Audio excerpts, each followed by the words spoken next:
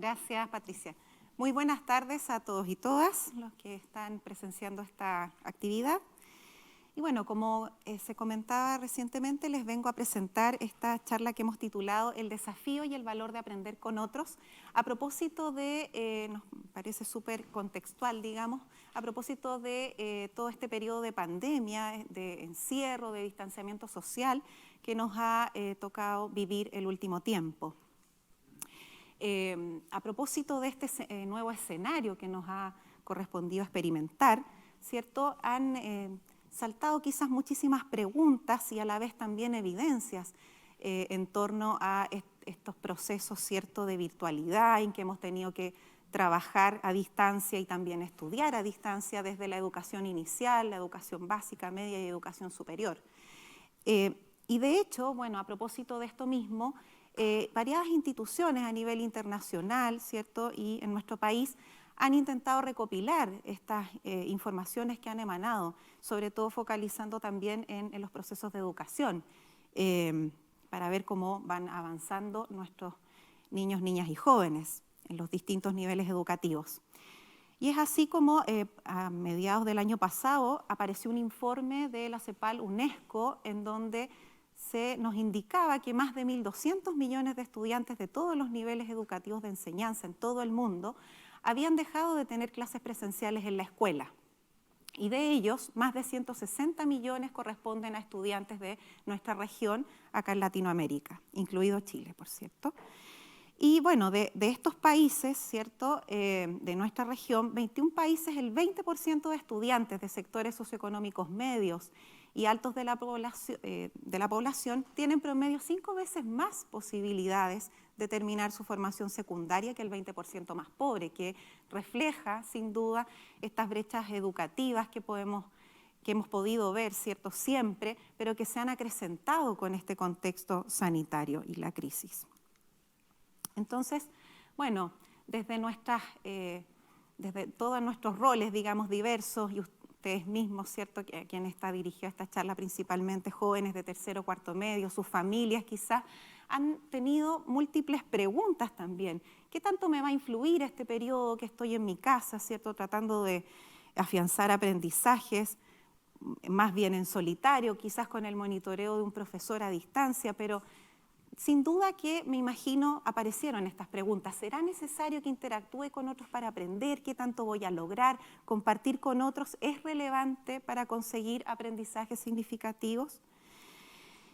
Y bueno, en torno a esto también, acá a nivel chileno, digamos, la Agencia de la Calidad de la Educación ha sido una de las instituciones que ha intentado recopilar también información en relación a cómo ha sido efectivamente el avance que han tenido nuestros niños, niñas y jóvenes. En ese sentido, se generó un conjunto de instrumentos que han permitido levantar información que forman parte del diagnóstico integral de aprendizajes. Y gracias a aquello, en mayo de este año hemos podido tener algún tipo de información, sistematización, digamos, de esto.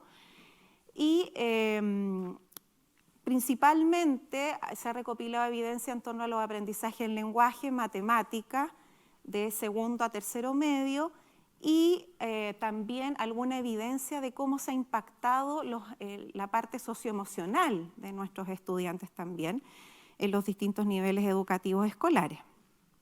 Y claro, no me voy a detener en el análisis de la parte de aprendizaje en lenguaje y matemática, que sin duda se ha visto muy impactada, pero más bien con el foco que tiene la charla, me voy a detener a revisar un poquito los resultados que tienen que ver con la parte socioemocional, ¿ya? Y en esta dimensión también ha habido un impacto muy alto.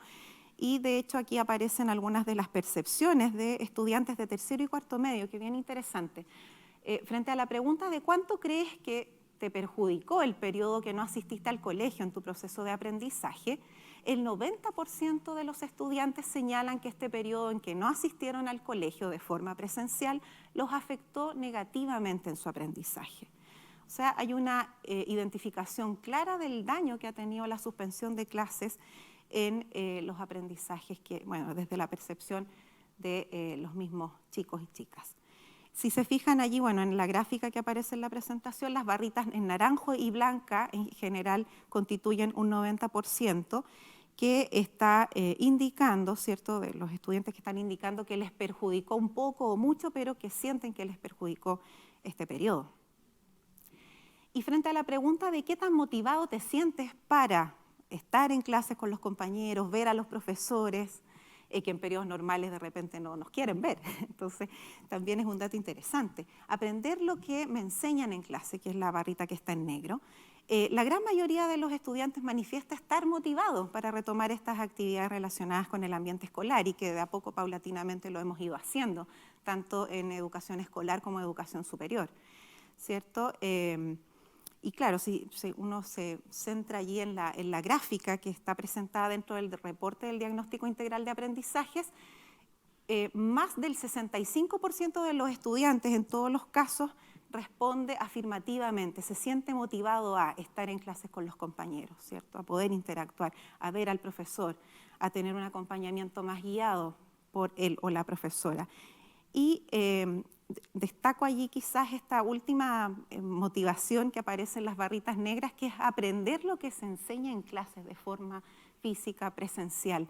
Sin duda que esta modalidad de clases a distancia, modalidad virtual, ha sido una situación de emergencia. El año pasado, a inicios de la pandemia, no sabíamos mucho cómo hacerlo, tanto en las escuelas como en las universidades. Entonces, generó mucha incertidumbre. De a poco nos hemos ido subiendo al carro, a aprender a utilizar plataformas y distintas herramientas virtuales, pero ha generado tensión, cansancio, agotamiento, y en general todos esperamos volver a una situación de presencialidad, volver a reencontrarnos. Y aquí queda muy de manifiesto también desde la percepción de nuestros niños, niñas y jóvenes. De paso también decir que acá están las respuestas de más de 1.800.000 niños y niñas en edad escolar, así es que es bien significativo el resultado. Y bueno, uno se podría preguntar acá, claro, estamos poniendo de manifiesto que queremos reunirnos, aprender de verdad en interacción con otros. ¿Y por qué? Se ve como una necesidad muy patente. Uno se podría cuestionar, ¿ahí hay alguna dimensión biológica detrás de esto y otro tipo de aspectos que están vinculados? Y efectivamente sí, de hecho, bueno, ahí aparece un poquitito mi lado más biólogo, digamos, dentro de lo que es la ecuación fundamental de la genética, uno ya ve que no es solamente herencia, ¿cierto? Los genes que tenemos heredados de parte de nuestro papá y mamá, ¿cierto? Biológicos, sino que además, dentro de todas nuestras características, nuestros rasgos, lo que nos hace ser lo que somos, hay una fuerte componente ambiental también.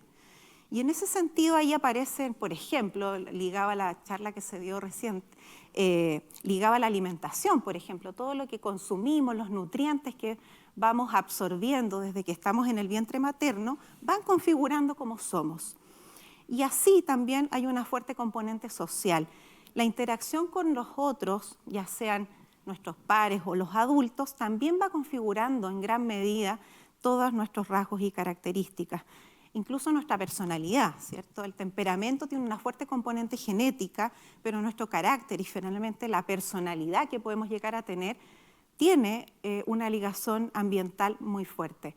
De hecho, pongo el caso ahí en la diapositiva de hermanos gemelos, ahí es súper evidente, ¿cierto? Gemelas o gemelos que son parecidos, muy parecidos físicamente, cuando son gemelos idénticos, pero pueden llegar a tener personalidades muy disímiles, y es por esto mismo, porque depende muchísimo del entorno en el cual se criaron, digamos, crecieron, se fueron desarrollando a lo largo de su vida, el cómo efectivamente son estas dos personas, ¿cierto? Pero bueno, ligado a eso mismo también, y que tenemos esta fuerte componente ambiental en el cómo somos, está muy vinculada a la parte de la socialización, que bueno, Berger y Luhmann lo describen muy bien en su obra de la construcción social de la realidad, en que desde que nacemos empezamos, ¿cierto?, a interactuar con otros, y eso nos permite conocer el mundo y hacernos parte de él. En el sentido de que, claro, nacemos, llegamos al seno de una familia, ¿verdad? Sean nuestros padres o que nos criemos con los abuelos o con tíos, con quien sea que nos críe, ¿cierto? nos muestra una visión de la realidad, de la sociedad, en un momento muy situado, quizás de la historia, con sus aspectos políticos y todo aquello, y empezamos a conocer, ¿cierto?, este mundo, a aprender de cómo funciona el mundo. Y eso es lo que denominarían Berger y Luhmann como la socialización primaria.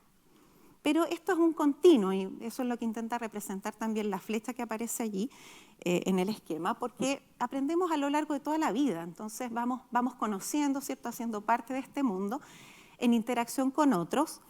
Y eso puede ser cuando ya ingresamos, por ejemplo, a la escuela, en nuestra educación parvularia, ¿verdad?, en la primera infancia. Empezamos ya a aprender de otros y con otros, y también con acompañamiento de una educadora, posteriormente en la educación básica y así la educación media, incluso en la educación superior, y en otros espacios quizás más informales, no solamente espacios de educación formal, ¿cierto? Siempre vamos en continuo aprendiendo de otros y con otros. Y que también eso es parte de las teorías del aprendizaje, bueno, una de las teorías del aprendizaje que habla del aprendizaje sociocultural, o sea, aquí se hace carne un poco lo que comentaba anteriormente, y que, bueno, en este caso esta teoría fue acuñada por Lev Vygotsky a principios del siglo XX. Vygotsky nos dice que, de hecho, la verdadera dirección del desarrollo del pensamiento no es de lo individual a lo social, sino de lo social a lo individual, al revés. O sea, estamos aprendiendo desde afuera hacia adentro y nos vamos nutriendo cada vez de lo que está ocurriendo a nuestro alrededor, de lo que nos pueden compartir nuestros pares o los adultos, o quien pueda saber un poquito más que uno, ¿cierto? Y de hecho eso es un poco lo que se expresa en el esquema que está allí en la diapositiva, en donde podemos visualizar que nosotros, cada uno de nosotros como aprendiz, o en el rol de aprendiz, ¿cierto?, tiene un cierto nivel de conocimiento, pero en las oportunidades que podemos estar siendo guiados, acompañados por alguien que tenga esta figura como de tutor, ¿cierto?, que sabe un poco más que uno, podría llegar a desarrollar más capacidades, ese nivel que aparece ahí en la franja gris como nivel potencial. Entonces, en acompañamiento con un otro que sabe más que yo, podría llegar a desarrollar todo ese potencial que aparece allí en esta zona de desarrollo próximo que ha denominado Vygotsky. Entonces, esa parte es súper interesante porque, en definitiva, se supone que todos podemos llegar a tener un mayor desarrollo del que ya tenemos, si es que alguien nos acompaña en ese proceso. Entonces, pensando, aquí surge esta pregunta, ¿cierto?, pensando en la sociedad que queremos construir, ¿es realmente entonces más valioso y desafiante aprender con otros? Y claro, a la luz de la evidencia y de lo que ya he comentado, uno sin dudarlo puede decir sí, es mucho más valioso aprender en interacción con otros. Podríamos eventualmente ser autodidactas, ¿cierto?, y empezar a tratar de escudriñar, ¿cierto?, y aprender en solitario. Tenemos capacidad para hacerlo, pero si estamos con otros, sin duda que vamos a poder desarrollar ese potencial que dice Vygotsky en la teoría sociocultural. Acá, bueno, también quizás indicar que existen distintos tipos de aprendizaje que tienden a este aprendizaje más grupal quizás, y que podría llegar a generar más espacio al aprendizaje que un aprendizaje individualista, que un poco si uno hace el símil con las pedagogías más tradicionales que quizás tenían una índole un poco más academicista y más de la competencia, ¿cierto?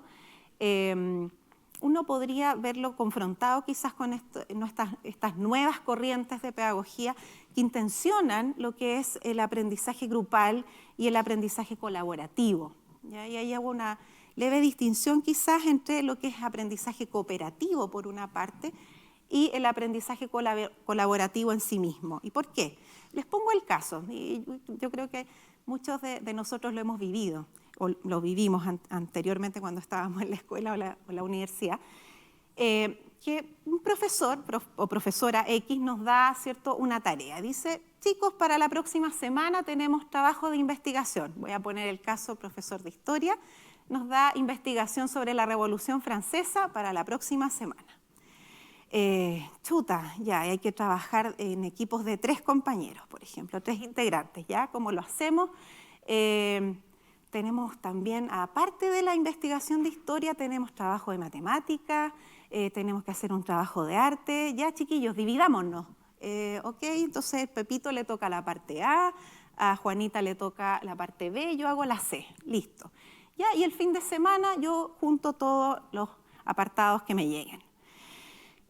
Ok, llega el fin de semana, Pepito me manda una parte, Juanita me manda la otra parte, trato de armar el documento y se armó un Frankenstein porque no tiene coherencia ni lógica, entonces tengo que ponerme a leer todo, revisar para que quede un documento bien articulado y un trabajo que el profesor pueda entender.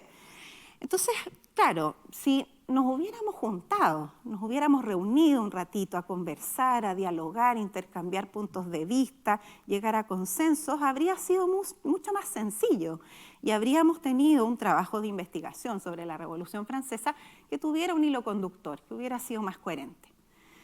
En esos 2 escenarios, si se fijan en el primer caso en que hay un pegoteo de distintas cosas, estaríamos, claro, en presencia de un trabajo grupal, distintos integrantes aportaron, ¿cierto?, a este trabajo, pero, ¿cierto?, no hubo un trabajo realmente colaborativo en ese caso. Entonces hablaríamos de un aprendizaje cooperativo, hay aprendizaje, pero con algunas restricciones. En un aprendizaje efectivamente colaborativo, todos pusimos de nuestra parte, llegamos a consensos, construimos algo como un todo, ¿cierto?, todos juntos. Y quizá en ese segundo escenario podríamos hablar de un aprendizaje muchísimo más significativo que en el caso anterior. Ahora, para llegar a eso, para que efectivamente un grupo humano, en este caso estudiantes, puedan colaborar efectivamente en la sala de clases o fuera de ella, es necesario tener un proceso de aprendizaje, o sea, tiene que haber un proceso de enseñanza y por parte de los estudiantes un proceso de aprendizaje de cómo colaborar. Y para eso, obviamente, los profesores también deberían poder conocer, ¿cierto?, y aprender cómo se conducen procesos de este tipo. Acá presento en la diapositiva un póster, no creo que se logre ver muy nítido, pero es para comentarles que a la luz de que surge como la necesidad, ¿cierto?, de que los futuros y futuras profesoras sepan cómo efectivamente llevar a cabo este tipo de estrategias a nivel de aula, los profesores en formación tienen, ¿cierto?, que también aprender cómo hacerlo. Y en este caso, en este póster, se ve expresada una investigación que se hizo en nuestra carrera por parte de las académicas y colegas Mariela Norambuena y Pamela Medina, que en un curso de segundo año de la trayectoria, ¿cierto?, del plan de estudios de pedagogía en biología y ciencias naturales, hicieron una intervención en particular, en donde a partir de una secuencia de un par de clases, un par de talleres, intencionaron este trabajo en colaboración y acá bien interesante, lo voy a colocar allí, rescato algunas ideas que habían al inicio por parte de los futuros y futuras profesoras y otras ideas que manifestaron al final, luego de haber pasado por esta serie de talleres en donde el foco estaba puesto en el aprendizaje colaborativo. Y claro, sin duda se ve allí un progreso en las ideas, pasando de aquellas ideas como más superficiales, de que hay que tener confianza, hay que tener compromiso, ¿cierto?, y respetar las ideas de los otros para poder colaborar, a ideas mucho más potentes, como que hay incluso una codependencia entre los distintos integrantes del equipo para lograr efectivamente la meta que nos hemos propuesto como equipo, que tiene que haber retroalimentación constante entre todos, llegar a consensos, ¿verdad?, incluso potenciar las capacidades del otro, por lo tanto tengo que tener mucha empatía con aquel que no sabe quizás tanto como yo. Y ahí es donde surge ese intercambio importante y que es todo un desafío tal como aparece allí, pero que finalmente, y aparece allí en la última frase de los estudiantes que dice, el fin del trabajo colaborativo es el aprendizaje de todos. Por lo tanto, en ese sentido y en ese proceso, en este caso los futuros y futuras profesoras, dan cuenta del corazón, yo diría, de lo que implica colaborar, que tenemos que ser como solidarios en este proceso, porque finalmente queremos aprender todos en conjunto. Y no se trata de una competencia de que yo aprendo más que tú, sino que la idea es que de forma empática y solidaria podamos ir aprendiendo todos en conjunto. En este contexto, ¿cuál sería el rol de profesoras y profesores? Bueno, un poco ya más o menos lo he ido adelantando. El rol de profesores y profesoras es fundamental para que efectivamente logremos que nuestros niños, niñas y jóvenes puedan llegar a interactuar con otros de manera efectiva y tener procesos de colaboración. Acá vuelvo un poco a lo que es la teoría del aprendizaje sociocultural con esta noción de la zona de desarrollo próximo, ¿cierto? Y cómo efectivamente un aprendiz puede alcanzar su máximo potencial con un acompañamiento que sea adecuado. Ahí en la fotografía se puede visualizar, de hecho, un grupo de nuestros estudiantes en la universidad realizando una representación gráfica que resumiera todo lo aprendido en el curso de Biología del Desarrollo, en este caso, y en acompañamiento con el profesor Juan Carlos Gutiérrez, que aparece allí en la fotografía, didacta de la ciencia en particular de temas como microbiología o biología del desarrollo. Pudieron este grupo de estudiantes, profesores en formación, armar una representación gráfica en conjunto, con sesiones allí bien extenuantes, pero finalmente lograron su objetivo y de manera conjunta, colaborativa. Ahora, ¿por qué poner el énfasis en la colaboración? Porque finalmente, más allá de la biología del desarrollo, de la microbiología o de los tópicos en este caso que competen al área de la biología, más allá de eso, lo más relevante es que tanto los profesores en este caso como los niños en la escuela, ¿cierto?, se formen y tengan competencias que les permitan enfrentar la vida en sociedad, la vida con otros, ¿cierto?, y los distintos desafíos que se nos van presentando. Y entonces, en ese sentido, para poder consolidar ese tipo de competencias, es necesario que interactuemos con los otros, que intercambiemos ideas, que argumentemos, contraargumentemos, para, en definitiva, poder desarrollar aprendizaje y desarrollar competencias y habilidades que nos van a servir, ¿cierto?